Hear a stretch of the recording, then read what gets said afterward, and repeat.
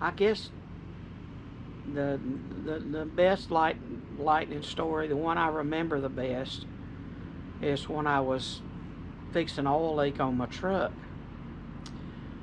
I had the back of the truck stuck out the carport, and it was sunny.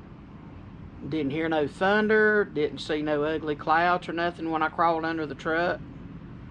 And I started on it, and about 30 minutes after I started on it, I crawled out and I felt little sprinkles of like a misty rain, just enough you know it was getting down. I looked up and I saw maybe a little bit of a cloud, but it didn't look like no bad storm. So I threw a tarp from the top of the garage door down to the back of my truck, and when I did, I laid a chain over it just to keep it in place. So I crawled back under the truck, and I'm there about 5 minutes, and I heard it pitter patter a little rain, and then it stopped for a second, and I had this feeling like ants was crawling up my back. And I looked over to see if I could see the ants. Didn't see nothing. And I looked and I looked, didn't see nothing. I went back to turning the wrench, and I vaguely remember popping a spark off the wrench. And about the time I did that, I felt like somebody dumped me in a bathtub of hot scalding water. Big loud kaboom. And the next thing I remember is I'm laying there and I hear a roaring sound, and I'm trying to focus. I can't focus on nothing. Everything's blurry, and all I hear is like a roar, like you're in a waterfall. And I sit there a minute, my vision started to clear up, and the roar started to go away a little bit, and I realized that it was raining, but it wasn't raining that hard. But it sounded, when I first heard it, it sounded like it was.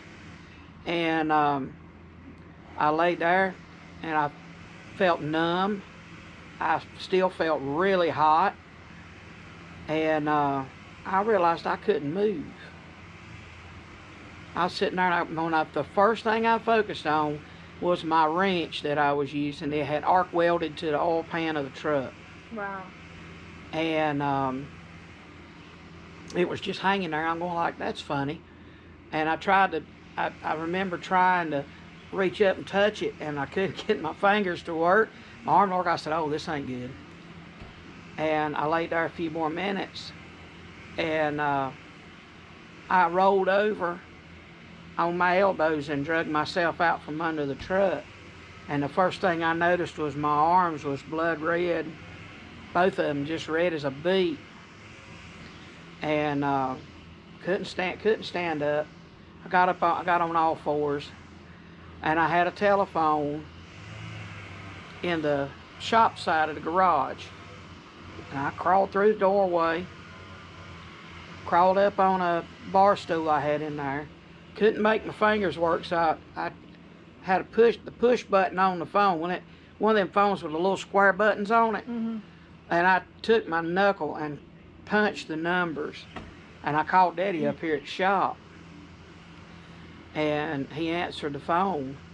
And I said, Daddy, I said, I don't know what happened to me, but I said I think I got hit by lightning. And I heard him drop the phone, and I'm going like, I'm sitting here trying to talk to him, and he drops the phone. What am I going to do now?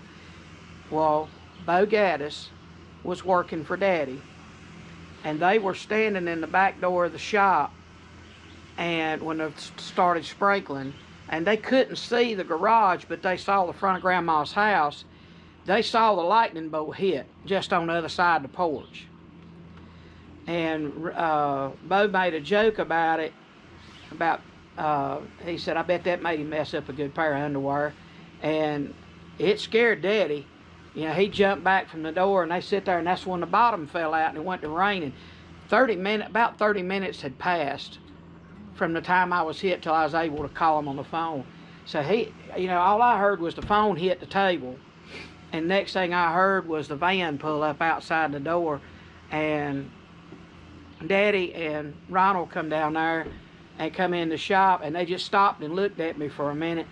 And they ran over to me and they grabbed me. And Daddy said, "Are you all right?" And I says, "Well, I just feel weird."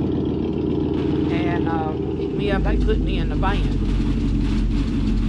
And what Bo told me later was, when they come through the door, they said I was just as red as a stop sign in the face and the arms.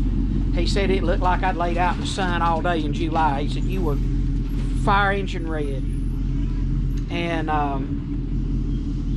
but they took me to, Daddy took me to Chatham Hospital, and they got me out at the hospital up there.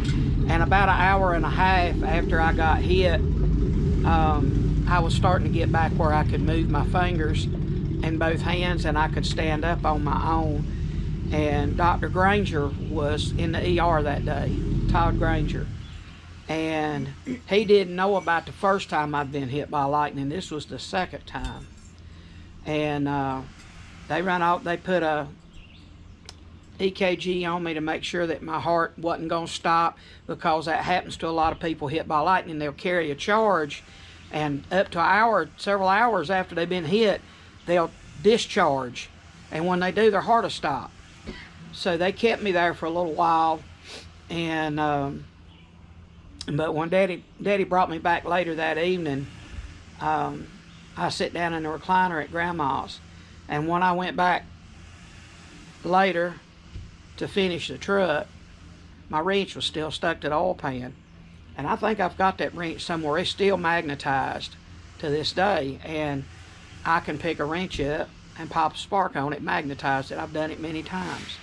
But that was the other two times I got hit by lightning after that wasn't near as bad as that one. I mean, they hurt, the same kind of feeling, but that's the one I remember the most.